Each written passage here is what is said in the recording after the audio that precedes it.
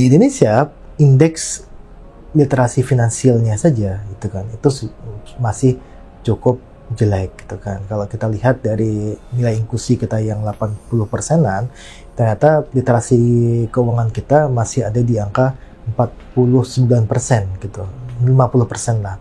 Jadi ada gap di situ gitu kan. Maka banyak sekali masyarakat kita meskipun dia punya akun perbankan tapi tidak menggunakan layanan perbankan lainnya seperti kredit, investasi, asuransi, dan sebagainya.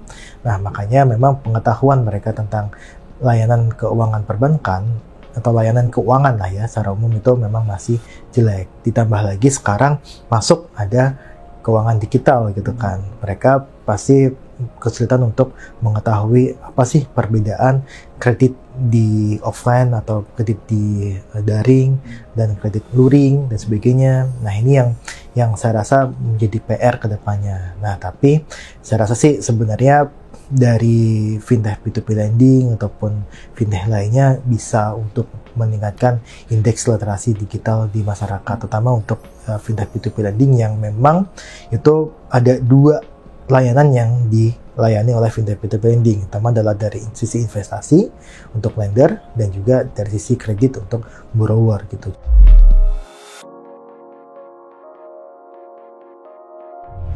Karena apa? Karena kalau kita lihat sebenarnya masyarakat ini memang menyukai mengambil informasi dari influencer, dari artis dan sebagainya mengenai investasi gitu.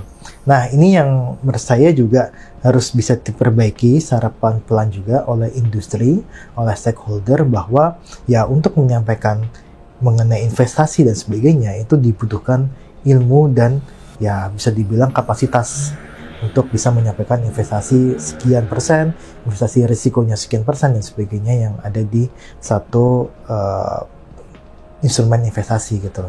Nah, bukan hanya dari sisi keterkenalan ke masyarakat saja, karena itu penting, tapi saya rasa informasi dan isi informasinya itu jauh lebih penting gitu.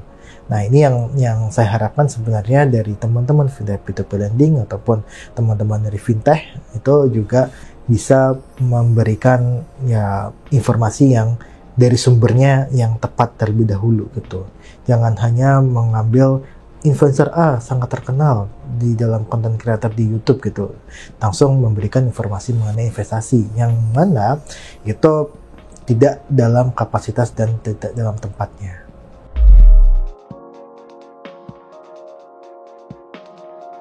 Fintech P2P lending ini memberikan kesempatan pembiayaan bagi masyarakat, pembiayaan alternatif bagi masyarakat yang ingin mendapatkan pendanaan itu untuk kegiatan apapun, untuk kegiatan produktif ataupun kegiatan yang sifatnya konsumtif gitu kan. Nah, tapi masyarakat juga harus bisa mengukur kemampuan pembayaran dirinya sebelum meminjam di platform manapun. Nah, yang kita harus tahu juga bahwa ya fintech P2P lending ini juga bisa memberikan kesempatan bagi masyarakat untuk bisa menjalankan aktivitas dengan lebih optimal.